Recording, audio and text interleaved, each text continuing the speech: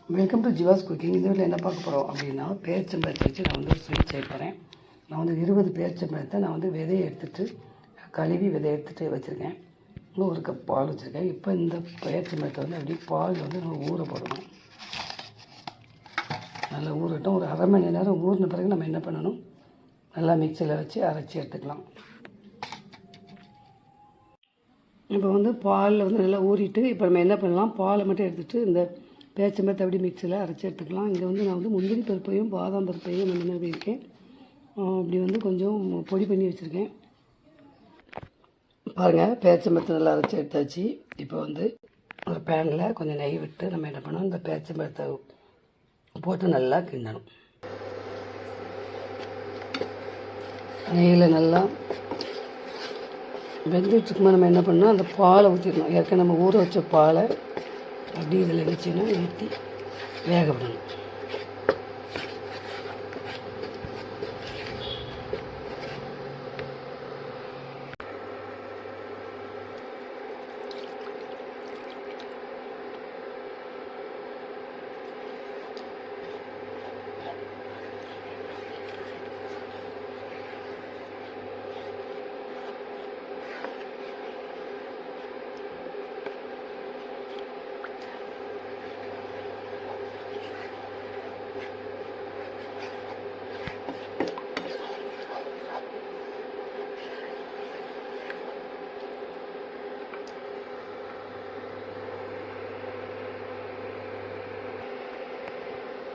இந்த டைமில் ஒரு 1/4 கப் அளவுக்கு மைதா மாவு,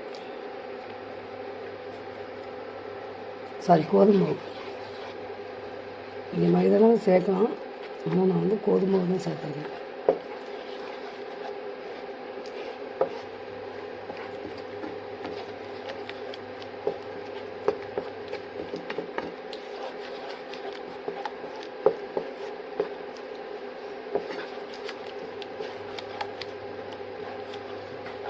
இதில் வந்து 1 ஸ்பூன் அளவுக்கு நெய் சேர்த்துக்கணும்.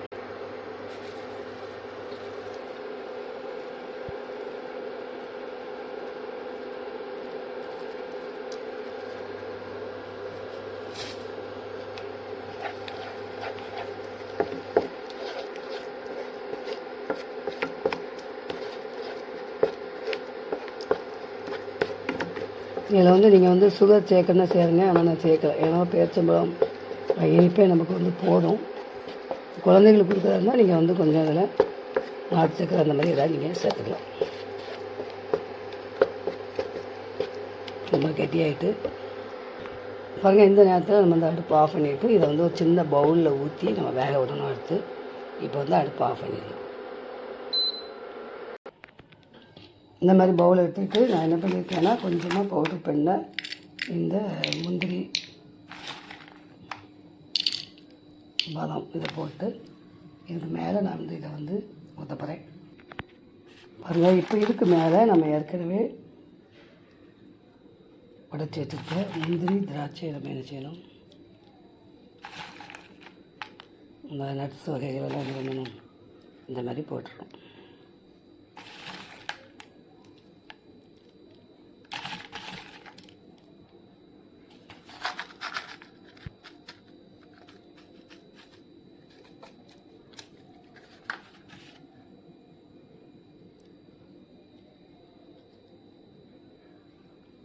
இப்போ பாருங்கள், இதை வந்து நம்ம எப்படியே ஆவியில் வேக விடலாம். இப்போ வந்து அடுப்பு ஆன் பண்ணிவிட்டு இப்போ வந்து ஒரு மூடி வச்சிடணும். பாருங்கள், சீக்கிரம் முடிச்சு.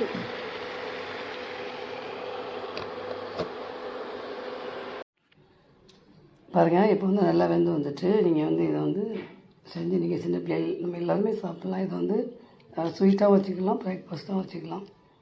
இந்த வீடியோ பிடிச்சதை லைக் பண்ணுங்கள், ஷேர் பண்ணுங்கள், கமெண்ட்ஸ் பண்ணுங்கள்.